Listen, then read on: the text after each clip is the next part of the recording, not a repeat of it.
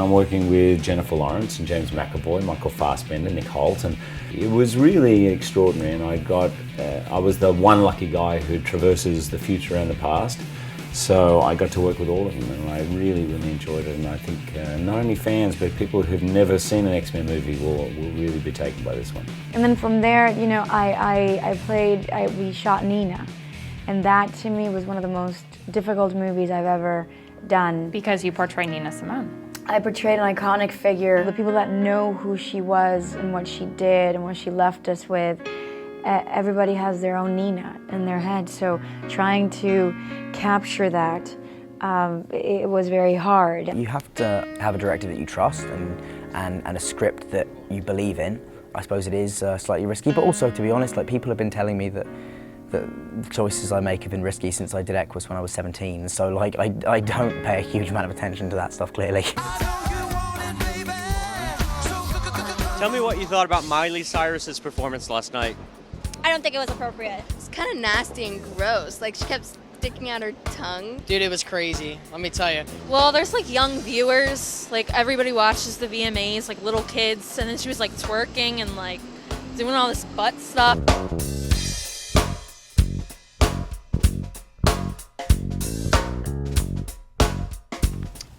I'm proud of Miley. I like her bravery. She feels internally like she has to separate herself from the Miley Cyrus and, you know, the Hannah Montana that you knew, to have longevity. Why did you feel compelled recently to address Miley Cyrus publicly? Well, you know what, I think it's probably better to let that lie. I think the more important thing that came out of all of that was this whole issue of how the media handle the issue of mental health, and how the media, in fact, are engaging in massive breaches of human rights when it comes to how they go about writing about anyone who they either diagnose without qualification as being mental. Sad news this morning. James Gandolfini has died.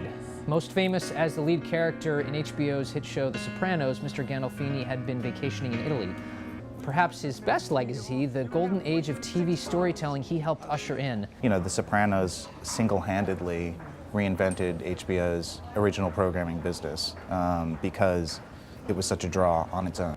Actor Paul Walker died tragically over the weekend in a car accident that shocked the movie industry and fans all over the world.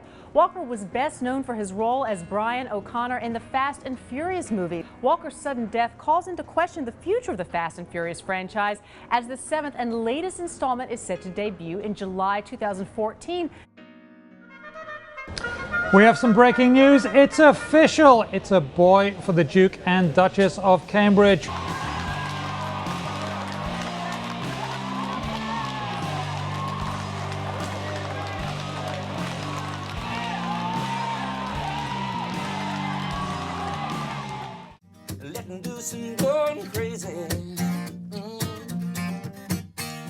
I think what I tried to do is not think about limitations. I mean, if ever there was a time when Nashville doesn't have any limitations, it's now. And because of the things that country can embrace and pull into and still have it be its own thing.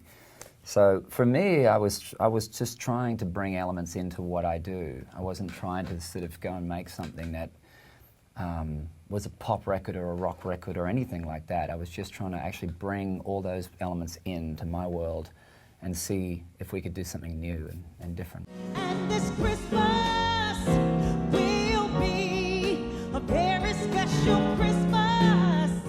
I chose most of the songs based on what I remembered growing up. David chose the Wish Upon a Star, you know, and the option to do Rudolph in big band like that, but everything else was like things I grew up on, especially the Nat King Cole Christmas song and This Christmas, because those songs just made it feel like Christmas when we were growing up.